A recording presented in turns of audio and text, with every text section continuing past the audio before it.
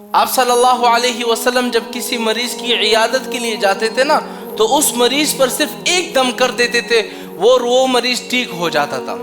اب وہ دم کون سا ہے؟ اب ہر بندہ یہ جاننے کی کوشش کرے گا ہمارا رشتہ دار یا ہماری ماں یا ہماری بہن، ہمارا بھائی، ہمارا کوئی رشتہ دار ہسپتال میں پڑا ہوا ہے، ہم ان کے پاس جائے اور وہ دم کرے ٹھیک ہو جائے۔ اب وہ دم کون سا ہے جو آپ صلی اللہ علیہ وسلم کیا کرتے تھے؟ حضرت عثمان خود فرماتے ہیں کہ ایک دفعہ میں بیمار ہوا پڑا تھا، ٹھیک نہیں ہو پا رہا تھا، آپ صلی اللہ علیہ وسلم میرے پاس آئے اور اس دعا کو صرف 3 مرتبہ پڑھا، میرے اوپر دم کیا، میں اسی وقت ٹھیک ہو گیا۔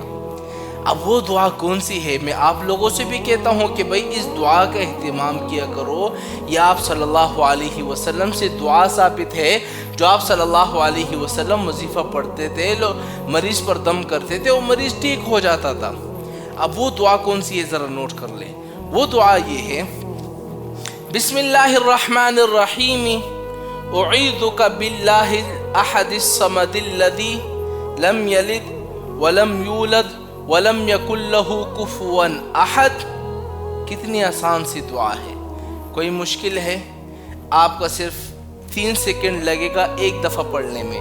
آپ نے 3 دفعہ پڑھا، کسی مریض پر دم کیا اور وہ مریض خود بخود ٹھیک ہو گیا۔ حالانکہ جب بھی میں کسی مریض کے پاس جاتا ہوں وہ ٹھیک نہیں ہو پاتا ہے، اور میں اس پر یہ دعا سے 3 مرتبہ پڑھ لیتا ہوں، وہ ٹھیک ہو جاتا ہے۔ کیوں؟ کیونکہ اس دعا میں اتنی طاقت ہے، اتنا طاقتور وظیفہ ہے جو کہ حضور صلی اللہ علیہ وسلم سے ثابت ہے۔